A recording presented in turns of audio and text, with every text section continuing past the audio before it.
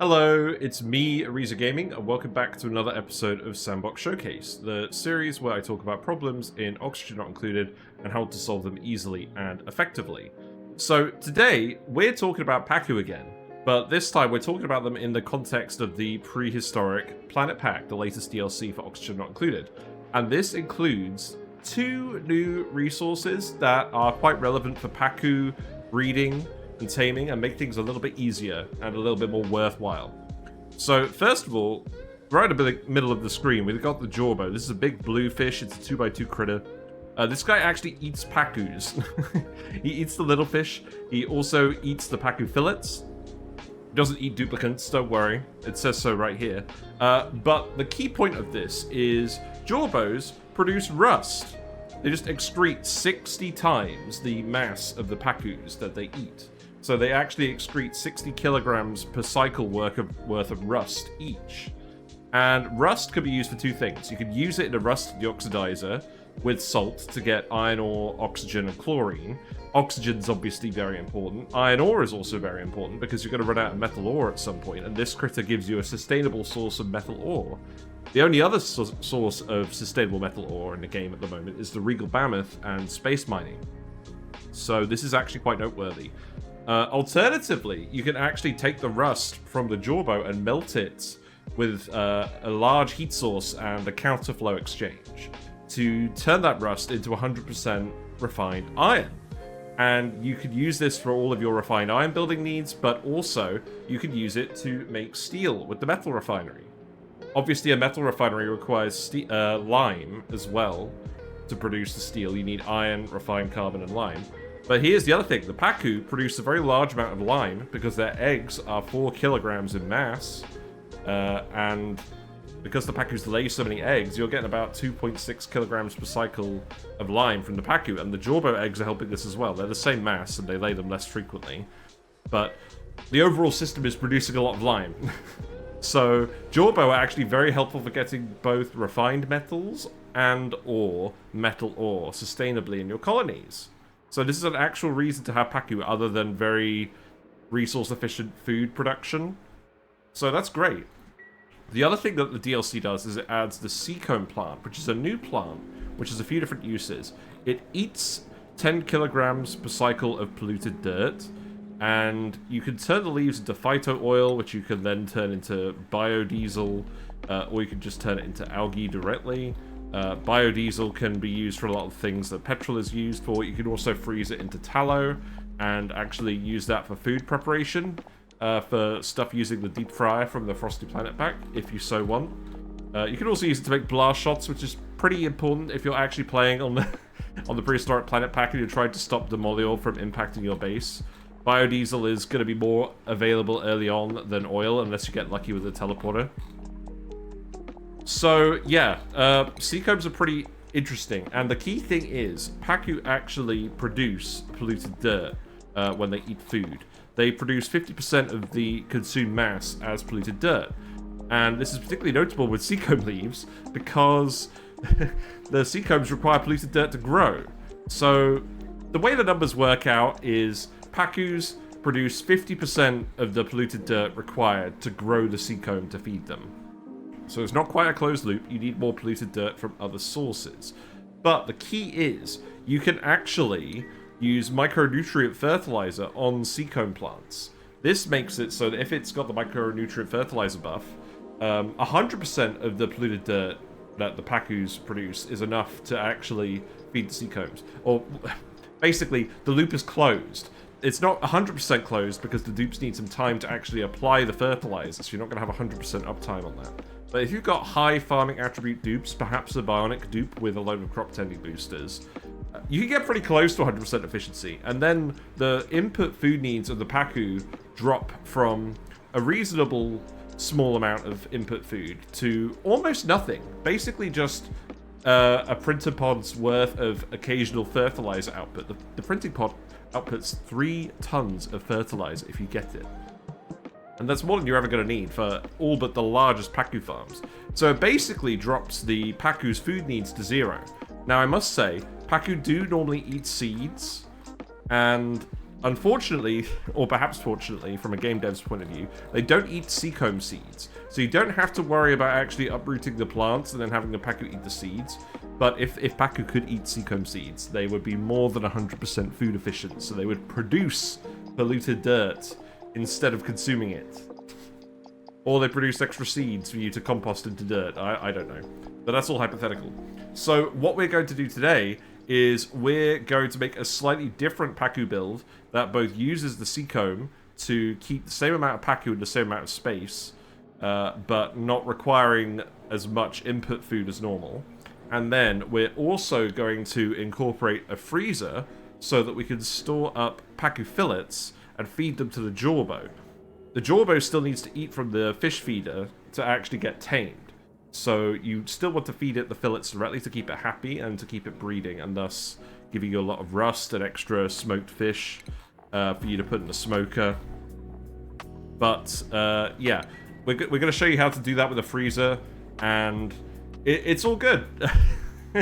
We've finally got to the end of this fish-themed video series. So let's make some space, and I'll see you in a minute. All right. First things first, let's actually just get the general layout sorted out for this build. We're not actually going to do a mirrored version this time, mostly because the build is naturally mirrored. The Pacu tank is going to be on the opposite side of our 23 wide column to the Jawbo tank. So you can see how the automation looks in both orientations. The actual tank structure will be more or less the same. So let's actually make everything out of shale, you know? Let's actually use the material that is available. So we're going to put this here. We're going to have room for the water fort for the tank, just like we did in the previous video. We're going to put some mesh tiles in. Quick reminder that the Pacu crowded threshold depends on the amount of water in a continuous body, not necessarily the actual size of the room that the Pacu are kept in. So we're going to use that to make sure that we can use the water that is containing the Seakomb plants on the farm tiles, while keeping the Pacu in a nice restrained location where we can look after them properly. So we're going to put some more tiles here. We're going to put a tile here. This is going to be the bit where the Pacu flop into when we've got enough Pacu on the weight plate. We're going to use the pressure pad separation method again, where we're going to dump Pacu eggs on this tile over here. We're just going to put a little chute here. And then when we've got enough Pacu eggs here to replace the tank, so we're going to have 11 Pacu in this setup compared to the previous ones. So once we've got 44 guys on here, then we'll open this door. And we'll fiddle around with the automation a bit more later. But we're going to have a door here, and then the rest of the fish are going to flop into this room over here. And then I'm just going to put some more tiles in. So this is going to be the general extent of the room. We're going to have a little space up here that you can put other stuff in. But we have to put the auto sweeper here. We need 2 auto sweepers. One, which is going to actually reach where the Pacu are dropping onto. The Pacu eggs dropping onto, but not into this area where we're storing everything else. And then we're actually going to put another one down here. And then this one is going to reach into this area, but not onto the tile with the weight plate.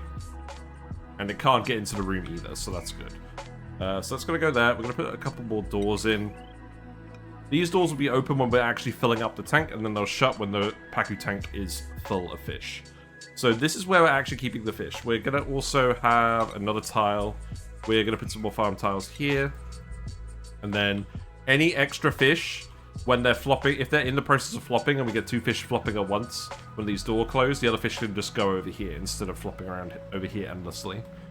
But that doesn't matter too much. And then we're going to put another tile up here, and then we're going to put in a door. So, oh wow, I didn't realize I was on paused. Okay, fair enough. Right, so essentially this is the fish sorting room. Let's put some water in here. Well, we'll do the water in a bit. Let's lay out the rest of the room first. So, regular tiles go down here. Let's set out the farm tiles. What we want to do is we want to actually maintain 1 Seakomb plant at least per Pacu. That is the ratio that will work if we are micronutrient fertilizing the plants, like we discussed. You're actually going to want a couple of spare farm tiles in here, a couple of spare plants, because the dupes are going to be applying the fertilizer some of the time. So you're not going to have 100% uptime on the doubled growth rate. So, regrettably, that means we do actually need a couple of spare plants in here. You're probably going to need to feed them with a little bit of polluted dirt from the environment, possibly from space mining, probably from ethanol distillers. That's where you get most of your polluted dirt from, typically. So then this tile's going to go over here, and then we're going to have some insulated tiles. We're going to set up 2 different rooms. We're going to have a hot room where we cook the excess eggs into omelets if we want massive food for our dupes. That's all configurable with the weight plate, and if we don't, then we're going to have it mostly be Pacu fillets, so we can feed the Jawbo the Pacu fillets from the fish feeder. That's very important that you feed them from the fish feeder, because otherwise they don't get happy enough. So we're going to have a proper freezer in here so we can store all of the excess Pacu fillets. That's very important. So this is more or less what the tile's going to look like. I'm going to put another mesh tile here, and then we can just fill this with water. You can use any liquid for Pacu, and Jawbos are not fussy in terms of temperature. They will be comfortable between 0 and 60 degrees C, and they will live between -20 and 100 degrees C. They can comfortably live with all 3 Pacu variants if desired. We're just going to feed them off of regular Pacu, but bear in mind, a lot of the critters on the prehistoric biome don't actually mind it being quite hot. This biome does start quite hot. So you can possibly do tropical Pacu if you feel like it, but remember that the Pacu spawning have a lot of heat, they spawn frequently, they're 200 kilograms each.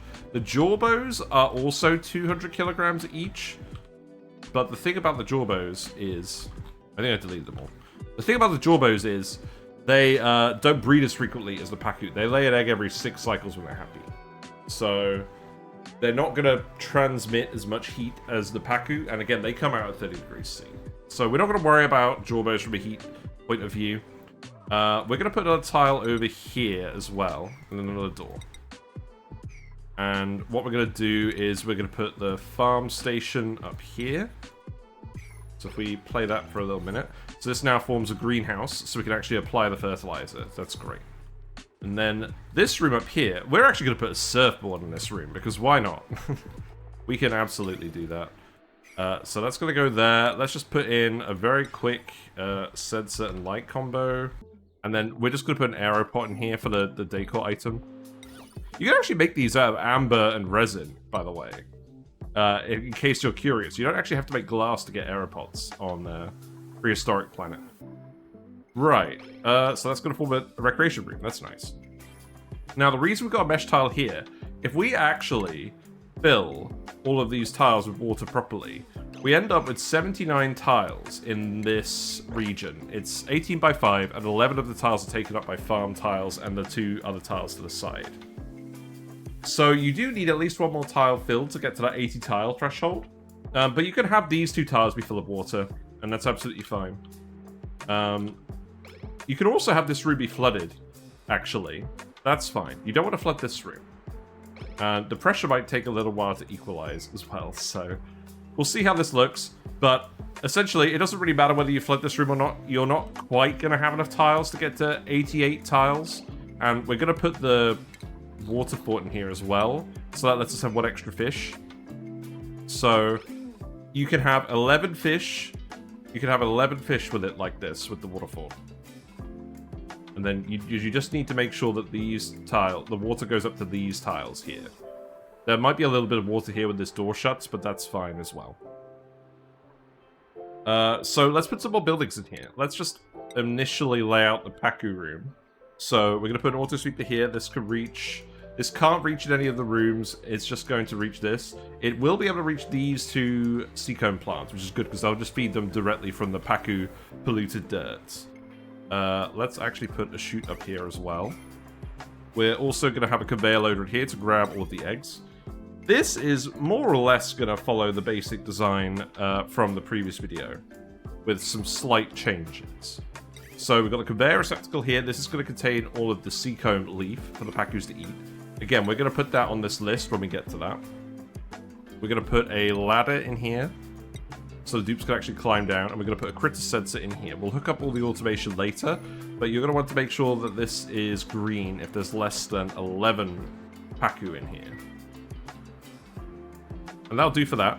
We're going to put some ladders in here as well, so the duplicates can access all of these tiles and apply the fertilizer. That's very important. We are going to have 3 auto sweepers in this room. We're going to have one here, and one here. And this will allow floor and ceiling coverage of all of the farm tiles. And they can just access these areas here. So we can have a loader down here that's going to take all the polluted dirt, and we can have a receptacle here we can have a loader that's going to take all the Seakomb leaf out, and we're going to have a conveyor receptacle that can put all the polluted dirt in. So we can feed all of the plants from this area pretty easily. And then we're just going to put a little mini liquid pump up here so that we can actually get the surfboard working. You don't need a regular pump for this. You can use a regular pump if you want. You just end up with one less Seakomb in here. And what I would say is, yeah, you're going to want a couple of spare ones.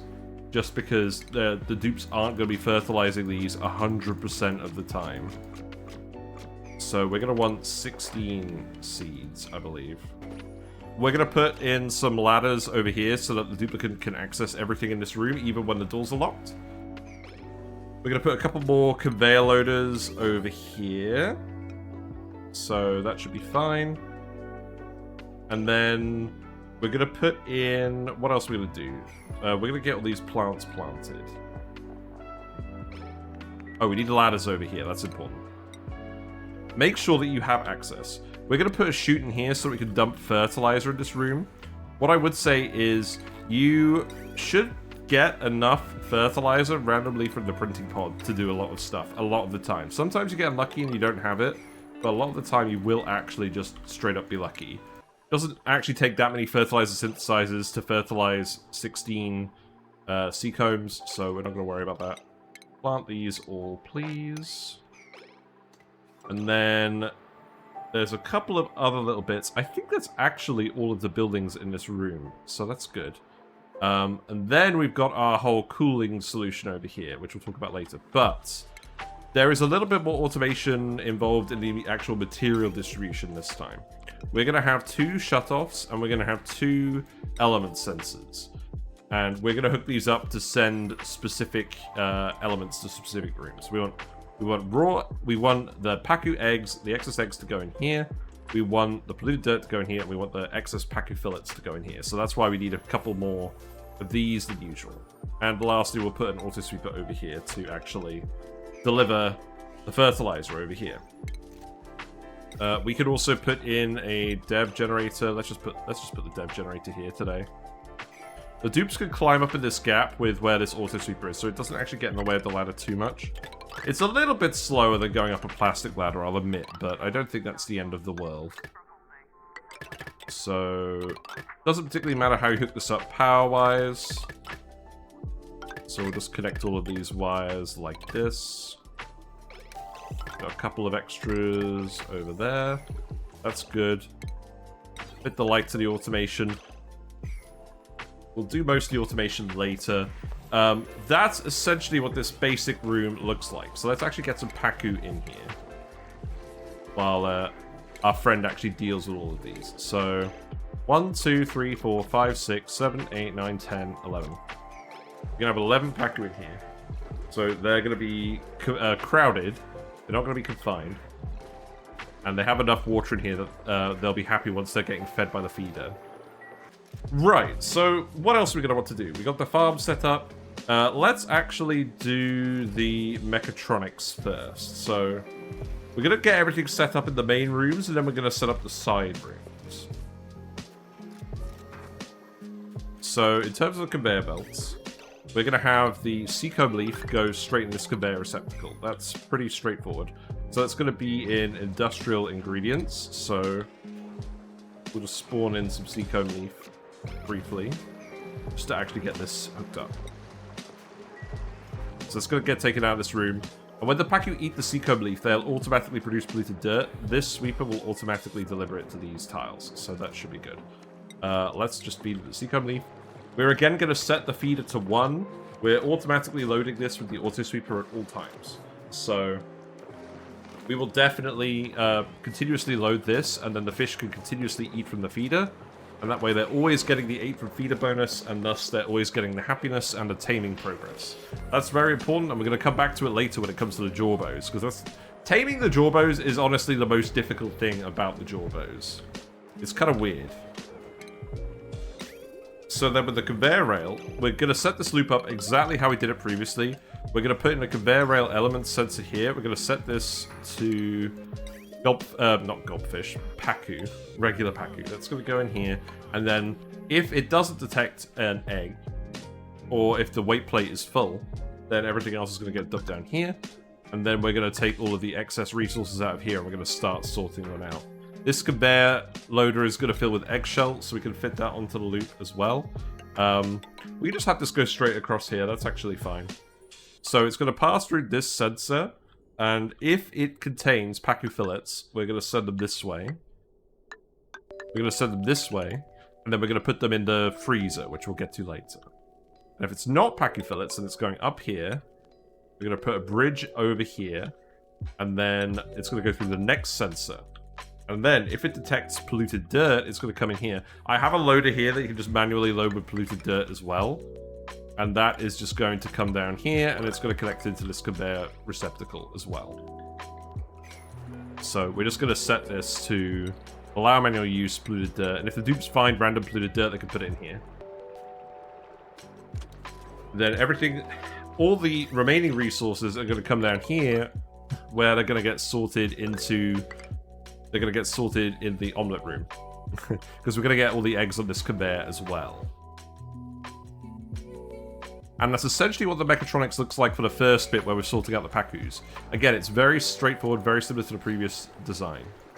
We're going to put all standard in here. We're going to put critter eggs in here as well. And now, let's actually hook up the automation. And again, this is going to be fairly standard automation for what we're doing. So, if we detect a Pacu fillet, we're gonna have to spawn a few of these things in just to get them to actually appear on the menu. So let's put a Pacu fillet here. If we detect a Pacu fillet, then this shutoff will activate. Similarly, if we detect polluted dirt, excuse me, ulti, polluted dirt is going to go on that one there. This one is set to below 11 critters. We're going to plug this into the door as we did before. We're going to also have a filter gate on this. So if this has been closed for 5 seconds or more, then we'll also close this door to stop more fish from coming in if needed. And then, as before, we're just going to send the automation wire around all of this into a NOT gate over here. So when those doors are open, this door will close and vice versa. So that's just going to go in here. Exactly the same as on the previous video. This weight plate we're going to hook up to an AND gate. So that is going to go here. And if we detect a regular Pacu egg, so a regular Pacu egg, and the weight plate is below a certain threshold. So if you want primarily omelettes, you'd set this to 44 so that you always have enough eggs to completely restock the tank. If you primarily want Pacu fillets, you'll set this higher. So we could set this to 2,000 for now, which is the max. But it's basically just making sure that this is always on. This needs to be a... Oh yeah, we've got enough Pacu in here. That's why this is activated. Good. Let's not psych ourselves out. Right. The AND gate goes here. There you go. So... what else is going on? That's all the automation for that. And then we're going to get to the automation for these specific systems. This is going to be loading everything except the critter eggs. And this is going to be loading everything including critter eggs. And that's all the automation we really need to do for that bit. So, there's a couple of things to do next. We've got the Omelette Room. We're going to want to fill this up with water as well. This is so that if we have enough Pacu fillet for our Jawbos, we can turn the extra Pacu into omelettes. Via state change mechanics. Did you know that an omelette, that raw egg will turn into an omelette automatically if it reaches a high enough temperature? You do now. It doesn't really matter what materials you use for all of this. The tepanizer won't overheat in any case because it's got an overheat temperature of 125. Just make sure when you're powering your tepanizer that your power source isn't browning out, because the tepanizer will activate briefly when it repowers, regardless of automation. So you will actually have this eventually turn to steam if your power is constantly browning out. So don't let that happen. We filled this with water. You don't necessarily have to fill it with water. Yeah, we've got an auto sweeper there. We've got a chute, and we're going to have a conveyor element sensor as well. This is just going to detect regular Pacu eggs. We're going to take the other Pacu variant eggs out in case you want them elsewhere.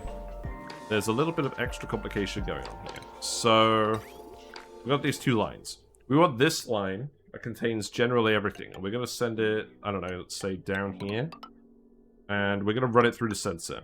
So if it doesn't detect a Pacu egg, it's just going to go up here onto a bridge. And I'm actually going to run this outside the tile. It doesn't really matter. So that's just going to go up here, and we're going to lead it to the rest of the system. But if it is a Pacu egg, we're actually going to lead it all the way around here. We're going to dump it out of this chute, and then we're going to put it in this conveyor loader. So this is going to be set specifically to Pacu eggs. It can store 1,000 kilograms. That's 250 Pacu eggs. You're probably not producing that many with this setup, but it's not going to run out of capacity. And when they're stored, when the eggs are stored in the loader, they will crack after 10 cycles from non-viability. At which point the raw egg will fall out, and it will then state change into omelette, and then you can load that into this loader, and anything else that goes into this room. I mean, you should only end up with omelettes in here. But it could all just come out here, and then we can just put this on the bridge. And then that's just going to connect up directly to the conveyor rail here. You put the bridges on here so that it doesn't get confused between all these shutoffs. And then all of your edibles and stuff are going to come, all of your omelettes and all of your other materials are going to come out here to get dumped wherever you need them. So just set this to edibles and you'll be fine. So that is the setup for the fish room. It's not connected to any of this today. And again, we're just keeping the plants separate from the Pacu, because the Pacu need the 8 from feeder bonus to actually, like, get tame and get happy enough to breed. So we can't really skimp on that. We're going to put some liquid in here. I'm going to recommend we put some oil in here for now, and I'll explain why in a minute. But basically, we need to put a freezer here so we can store Pacu fillets so that the Jawbos can eat them when they need to eat them. So we're going to set up a freezer. You can do this with a thermoregulator. You can set up a thermoregulator with hydrogen. You can run the radiant gas pipe in here in a loop. It's not very power efficient. I wouldn't recommend doing this long term, but the reason I bring it up this time is because the Relica asteroid doesn't actually have a lot of good coolant liquids on it. There's no immediate oil. There's no immediate ethanol. There's no immediate nectar like on the Frosty Planet pack. So your options for minus 20 degrees C coolant liquids are pretty limited. If you go through the teleporter, you will find oil on the teleporter asteroid. It's not a great coolant for a thermo aquatuner because the heat capacity is very low, but it might be all that you actually have. But even then, a thermo aquatuner running off of crude oil is still much more power efficient than a thermoregulator. You'll want to make this out of steel. So we're going to recommend that we use oil as our coolant liquid of choice for the freezer. So let's actually get this all set up. Let's see what this looks like. So we're going to put in our standard sort of pipe bypass thing. So we're going to put a liquid pipe thermosensor here. The automation's going to be the exact same. And because we're going to be using crude oil in this case, we're going to set this to minus 29, because it's actually going to freeze at like minus 43. So that's, if we set this to minus 29, send a green signal if above minus 29. It should not freeze in the pipe, and then we can get this freezer room as cold as possible, and that will help with the conductivity with the Pacu fillets. So that pipe is going to go up here. We're going to do our normal sort of bypass, where we lead the pipe up from here. Because this is the start of the pipe, it will always prioritize loading freshly cooled oil into the loop instead of the liquid here. Also, just quickly, obviously we talked about making biodiesel with the Seakomb leaf. If we actually look at biodiesel, the problem with biodiesel is it freezes to tallow at minus 10. So you can't actually use it for coolant loops like regular oil. It's useful for other stuff, but you can't use it in this case, which is mildly irritating. So we're going to send this through here, and then that is Literally just going to go in here. We're going to put some radiant pipe in here. You can make this out of any metal that you have access to. I'm going to make aluminium because it's the most conductive. Cobalt's pretty good. Nickel's pretty good. You will have access to nickel on this asteroid pretty easily with a metal refinery. Loads of nickel ore. And basically, this could be the complete loop, and you can just load it up from wherever, maybe over here, with a bottle drainer. But there is a point that I'm going to make in a minute. Let's get the freezer room set up first. So, if we just actually see what buildings we're going to have in here. We're going to have a couple of things just to get this set up nice and conductive. So we're going to put some aluminium tiles in here. We're going to put in most of the automation stuff that we have down here, just in slightly different places. So we're going to put the auto sweeper in, we're going to put the conveyor chute in, we're going to put a conveyor loader.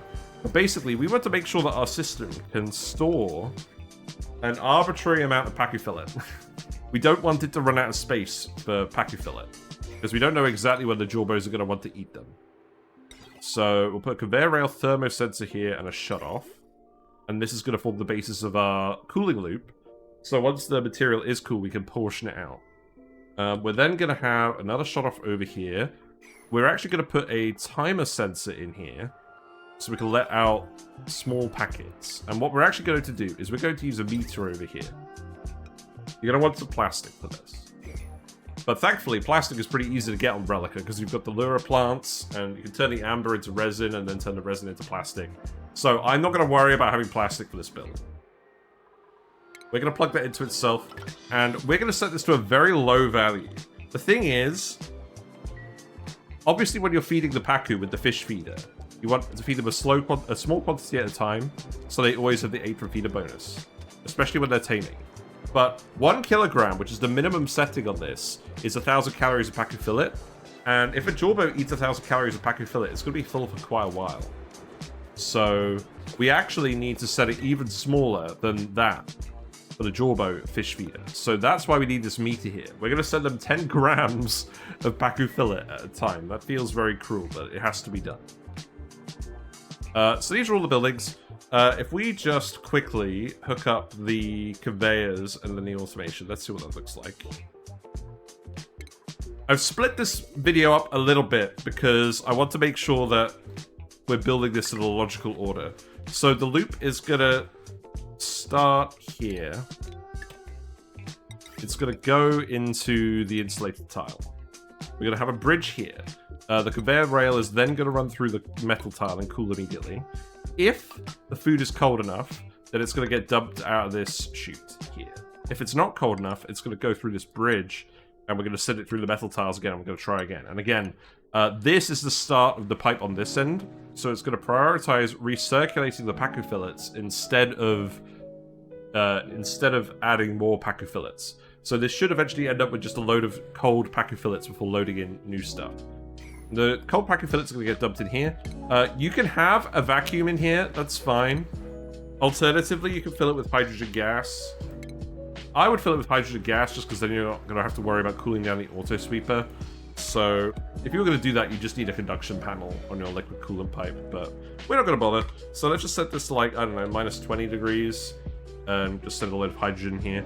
You can put a high pressure gas vent here with some plastic and then replace it with a timer sensor when you're done. And there's no shortage of hydrogen on this map because you have the saltwater biomes and you can electrolyze water. So that should be absolutely fine. Let's hook this up with some power quickly as well. And then we just want some automation in here. Wait, no, I missed a step. The conveyor rail. So once you're ready to actually load it in here, you'll bring the conveyor rail over from the loader. This is going to contain the Pacu Fillets. So they're going to be stored up here. In the inert cold gas. And then we have set the meter to its own reset port, so that's good. And then we're going to send the conveyor rail down here. I'm going to set this to say green 1, red 10. You can just tweak that as much as you want. And then this lets you just control when little packets of Pacu Fillet are going to come out. And then they're just going to go up here to whatever we're doing with the Jawbos. So, yeah, that's essentially the whole system. So, plug this in here, plug this in here. We want to make sure that the food is below minus 20 degrees C. And that is the whole setup over here. Again, you'll want to plug your thermal aquatuner in. You'll probably want to plug it into a separate power wire to the rest of your stuff. If the temperizer is running at the same time, you're not going to have that good of a time. But we'll see how that goes. But yeah. That's most of what we're doing with the Pacu in this build. So the Pacu are going to be fed the Seakomb leaf automatically. They're going to produce the polluted dirt automatically, and that's going to go back in here. And it's all going to recirculate. And overall, it's going to require a lot less input resources than just feeding them algae, however sustainably you manage to get that algae. So overall, an improvement compared to the base game. And if you have extra Seakomb in here, you can use it to make phyto oil for your bionic duplicates. You can use it to make biodiesel, tallow, all of those things that you could do with the prehistoric plant pack. Now, what I would say as well, we're going to put the Jawbo in, and when you have fish, when the fish spawn out here, they live for 25 cycles. So it's going to take 25 cycles from a baby fish to turn into Pacu fillet. That means you've got a long lag time between when your Pacu are breeding and making fish and when the Jawbos are actually going to be able to eat. And if the Pacu are all at a similar age, that can cause some problems. So what you might want to do is you might actually want to kill these fish immediately and automatically as soon as they enter this room. And then you can immediately shift the Pacu fillet over to this room. So if you're going to do that, what I would recommend is actually removing these tiles. We'll put them back. Make them insulated, and then what you can actually do is you can extend the coolant loop over here. So we're going to cut this off, we're going to bring this over here, and then we're going to put a radiant pipe in here as well. It's very important that this does not interact temperature-wise with this tank, because we don't want these fish to get uncomfortable. But these fish, if we get a regular Pacu below minus 20, notice the Pacu has the same temperature range as the Jawbo. This is a sign. If it gets below minus 20, it will start freezing and immediately taking damage. So that's very efficient at doing that. But what we will do is we will put in a liquid pump. We'll put in a liquid pump and we'll fill it with crude oil. Nectar is the best coolant you can get, but that's dependent on you finding Frosty Planet stuff. And finding Frosty Planet stuff on a Relica seed is not going to happen very soon. So crude oil and ethanol are probably what you're going to be using for this. Or maybe you'll really fancy using super coolant, but we're just going to use crude oil. It's good enough. So we're going to load that in here. We're going to run this just for a little bit, just so you can see what it's going to do. So yeah, the thermal actuator is going to run. We're getting the cold oil out of here. This oil actually starts hot coming from this. But yeah, this oil's going to run in here, and it's eventually going to cool down this room nice and cold. So yeah, this is our Pacu setup, slightly adapted from the previous design. Now we're going to add the Jawbos. This isn't actually overly complicated. The complicated part is getting the Pacu fillets sorted out. So we are actually just going to mirror our tank setup and put it on this side. So we're going to put it over here. We're going to have... Well, it's not going to be exactly mirrored. It's going to be pretty close. You'll see the differences soon enough. So we're going to put some tiles over here. And then mesh tiles. Let's put a couple of mesh tiles in here. And then we can just start putting the Jawbos in here. So we can lay these out slightly differently. But overall, the concept is very similar. You've got the reservoir, you're dumping the excess fish. The Jawbos will flop into this 1x1 gap as babies, so don't worry about that. I'm going to put the weight plate over here as well, because we're going to want to manage the excess Jawbo meat as well, because we can cook the Jawbo meat with the smoker. Jawbo fillet is a very good food source. Even raw, it gives +3 quality. This is what the tank should look like. So we're going to fill this with water. Well, maybe not quite filled because of how... Maybe not quite filled because of how Sandbox mode works. But we'll get pretty close. In any case, so this here is 55 tiles. This is another 5 tiles. So this actually is 60 tiles, which with the water fort means you can comfortably have 6 Jawbo in here. So let's spawn them in. We've been talking a lot about Jawbo and not actually having them. So 1, 2, 3, 4, 5... And if we have a look at show navigation, They're 2x2 critters, so they can float around this area, but they can't actually go in this gap here with the mesh tiles. So you can have something else underwater in this room. I'm not sure exactly what you would want to have in this room, but you can keep them all in this area like this pretty easily. And they're not going to get stuck because there's not enough of the... There's no sort of one-tile gaps where they're going to get stuck with this room layout, so that's nice. And then it's just a case of adding in the rest of the stuff that we actually have for the Pacus. We're going to put an auto sweeper over here. We're going to put the chutes in. We're going to put the loaders in. So let's put a loader here. Let's put a loader here. You don't actually need a loader over here because that's for loading the food for the Pacus. We've already got the food for the Jawbos sorted out, so this is just the eggshells and stuff. We're going to put a little door over here as well. Because this room doesn't need to be any bigger than this. We're going to put some ladders over here. Again, just so we can get in here and access all of this. We're going to put our auto sweeper over here. And this is just an exact mirroring of what we did before. Very few actual changes involved in this. The critter sensor, we're going to set this to, instead of being below 11, we're going to set this to below 6. If you want to make sure that you have excess Pacu fillets, have 5 Jawbos in here. You could then make the tank 3 shorter and have it finish here. I don't really mind which you do. I'm going to suggest... You know what? Actually, I'm going to suggest that we have 5 in here. Because that way, you're always going to be feeding them. They're always going to be producing rust. So that way you can put some doors in here. You've got the 5 wide rooms here, here, and here. If we actually go and have a look at this, this is now 48 tiles.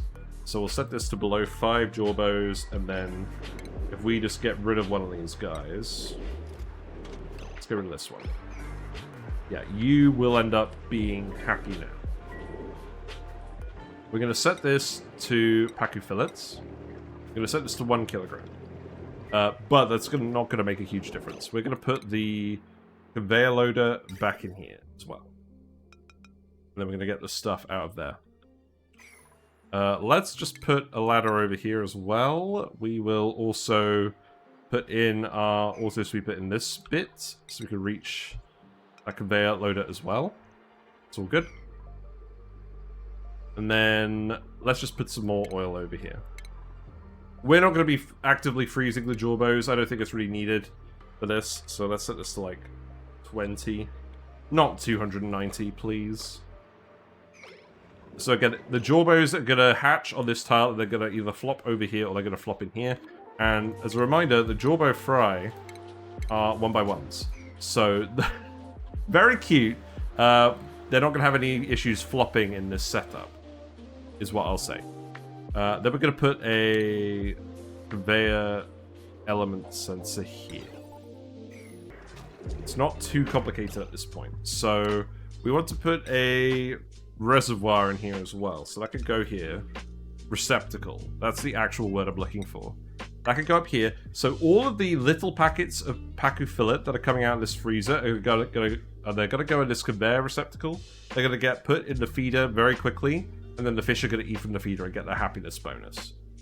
And then we're going to have all of the Jawbo related stuff. So all of the excess Jawbo products are going to go in here. They're going to wiggle around. They're going to go around this chute. We are going to take the Jawbo eggs, not the lamb eggs. And we're going to dump them in the chute, and everything else is going to go in here. Then we can take everything else from this loader, and actually, we're going to put a bridge here.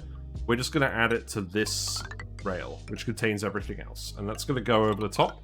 Same for this loader. That's just going to contain the eggshells mostly. And then that is going to go... I don't know. That could go wherever you want. We just dump it all in here. That's fine. We're just going to dump it in there. So that is the full Mechatronics setup for our Jawbo cube, as it were. And then we just need to do a little bit of automation. So this is pretty much just a mirror of what we're going to be, what we've done previously. set for the AND gate. So this is set to below 5 critters. It's going to plug into the door. It's going to plug into a filter gate. The positions are very slightly different, but it doesn't make a huge difference. But I'm going to send that up here. We're going to send it back around here with a bridge. It's going to plug into the NOT gate. And that is going to go to this door. And then this weight plate, we're going to set this to below... I don't know. I guess we're going to have 20... We're going to have... each Jawbo egg is 4 kilograms. Let's just verify that. But we're going to set this to below 20 kilograms. So spawn in a Jawbo egg.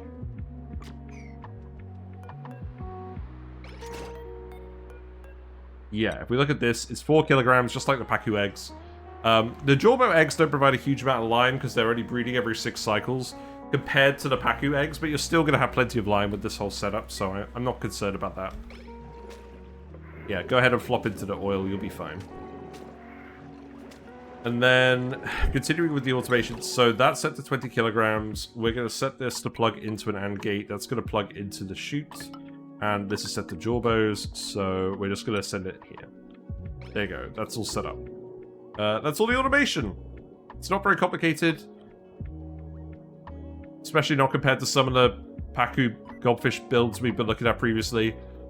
So there's all of the automation with all of the settings. I think you could probably see that on the highest resolution. If not, let's just briefly zoom in on these areas. I love this mod, by the way. There's a mod that gives you the tooltips in the automation overlay. It is so good, and it should just be base game content. It's so helpful. Yeah, that's basically it. We can put some other stuff over here. I don't really care too much. I mean, we could put like a... Let's say we put like a peat smoker in here, so that we can actually cook the Jawbo fillets. Put an auto sweeper here, and it can reach this tile where we're going to be dumping all of the extra material. We can put in another chute over here if we really care about that. We could put sensor over here with a lamp, so you can actually... The funny thing is, so the smoker cooks, and it takes all day to cook, but the dupes still need to actually clean it out and unpack it, so you still actually want a light on this. Because it takes them a while to actually clean it out. And they have to do that every time they cook with it. So you can do that, you can just set that up in a room with something else. I mean, maybe we could even put the grill in here. That would make sense, wouldn't it? Yeah, just put a grill in here. You must cook. In fact, you could even take the chute over here if you want. And do some mechatronics with that if you want. I don't really care specifically what the kitchen looks like, but we can put all the kitchen stuff in here. And then we can get that set up. Oh, you're going to want a gas vent. We can put a gas vent over here, so let's just put like a regular gas vent over here. Make sure the CO2 has somewhere to go. And then, I don't know, maybe just some paintings. There's room for a few paintings. So, yeah, and then all we need to do is we need to set this to all, including eggs. And then we just need to set this to all. And then we need to set this conveyor loader to all, including eggs. And then we're actually pretty much done. I believe this is the entire setup for the Jawbos. So we're going to run this for a little bit, and we're going to see what ends up happening. Maybe we'll get someone to do some decorations in the meantime.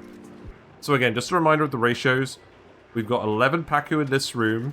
You're going to want slightly more than 11 Seakombs in here, depending on how much extra polluted dirt income you've got coming in. And you're going to want 5 Jawbos in here. Those are the ratios that you can get to work with this build. And the Pacu are the main constraint on that. But yeah, let's run this for a bit, and we'll come back once the populations are established and everyone's being looked after. So I'll see you in a minute. Alright, so we're back. It's about cycle 15, and the Pacu have been eating the Seakomb leaf from the feeder for a while. They're all pretty tame now. The ones that have eaten are getting a maximum reproduction rate going, so that's all good. We've got quite a few Pacu eggs now, got about 14 on here. As discussed earlier, we've set the weight plate to 2,000 here, so all of the Pacu here are going to transition into Pacu fillets. And I believe we have one that is just right about to actually be cooked. Well, maybe we have 2. Okay, give it a minute. Okay, we're back. One of the Pacu is flopped out of here, and as you can see, it's flopped into the actively cooled oil and is now immediately freezing to death. Very humane fish-keeping behavior going on here, and here's another one that's come to join it. So they're going to get damaged pretty quickly. One thing I would say is the fish do take a little bit of time to actually get frozen. And during that time, they actually manage to transfer a fair bit of their body heat into the cooled oil. And considering how heavy a Pacu is, even the little Pacu fry are 200 kilograms each, they have a heat capacity of 3.47. So, as you can see, this one here, if we actually look at its temperature when it's dead, then I think it's going to be sort of around 24. Yeah. So it lost about 6 degrees of heat. And considering how often the Pacu eggs are laid and how many Pacu hatch with the breeders, for each breeder, I think we would expect about somewhere in the region of 3 kDTUs per second of active cooling being needed. As we have 11 Pacu here, we would expect to need about 33 kDTUs per second of active cooling going through this oil, specifically to kill these fish and to actually get the fillets quickly. So, if you're using an oil aquatuna, that's going to be less power efficient than if you're using a ethanol aquatuna or a nectar aquatuna. So that could be a somewhat significant amount of power. It could be over 100 watts of continuous draw from running the aquatuna, not to mention cooling down the actual fillets to minus 20 degrees C. So you might actually have to run a bit of power through this once the eggs are all actually hatching and you're actually getting all the Pacu fillets. So, you can see here, we've actually released 2 packets of 10 grams. You know what? I think it's acceptable. So they're getting loaded into the fillet, the fish feeder, and then the Jawbos are immediately eating from here. So, if we have a look at this one has 8 from feeder. Bonus lasts for 2 cycles. So perhaps you don't have to be quite this stingy with the fish feeder. But they will still take about 7 cycles to actually decrease fully down from wildness. You do have to feed them constantly. Here you can see a Jawbo that's actually fit in the tile. It came in as a fry and now it's a bit trapped. But it's okay. It can just hang out over here and eventually turn into fish that we can put, Jawbo fillets we can put into the smoker. And it's all fine. And yeah, that's basically it. So if you actually have a look at the rest of this, so we got the Pacu fillets coming in. Most of it is actually on this rail, but that's fine because it's still being actively cooled on this rail. See, it's being let through relatively slowly. We just have 1 fillet that's being parceled out at the moment. And because we're passing it out in the interval, the fish are moving around a little bit between each feeding. So hopefully that will eventually distribute some Pacu fillet to all of the Jawbos. I guess we'll see on that front. But once they're all actually tamed, we can actually turn this meter off. We could actually just set it to 1 kilogram, and we can just change the settings on here again so we're not parceling it out so sparingly. And then all of the Jawbos will be fine. And you can see one of them actually did produce some rust. That's a good sign. Obviously they're not producing much rust at the moment. We got 60 kilograms. Yeah. So that needs to go in our resource list here. Is that actually not showing up on here? No, it isn't. That's hilarious. Well, we definitely want that. So now the rust is going on the conveyor rail that's running through here. It's obviously not an egg. It gets dumped in here. Then we can put the rust on this one as well. Do we really have no consumable ore on this entire asteroid? It's hilarious. And then that's going to get dumped in here. But if you have 3 Jawbos, they're producing a total of 0.3 kilograms per second of refined iron with that method, with the rust smelter.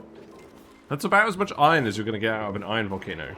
And we've got 5 here with this setup with 11 Pacu. So that's going to be almost as much as a geotuned iron volcano from fish. And again, they're hardly eating anything because all of the Pacu food is being recycled pretty efficiently in here with the micronutrient fertilizer. So it's basically free metal. This is basically a metal volcano. I guess. But yeah, this is why I'm excited about Jawbos.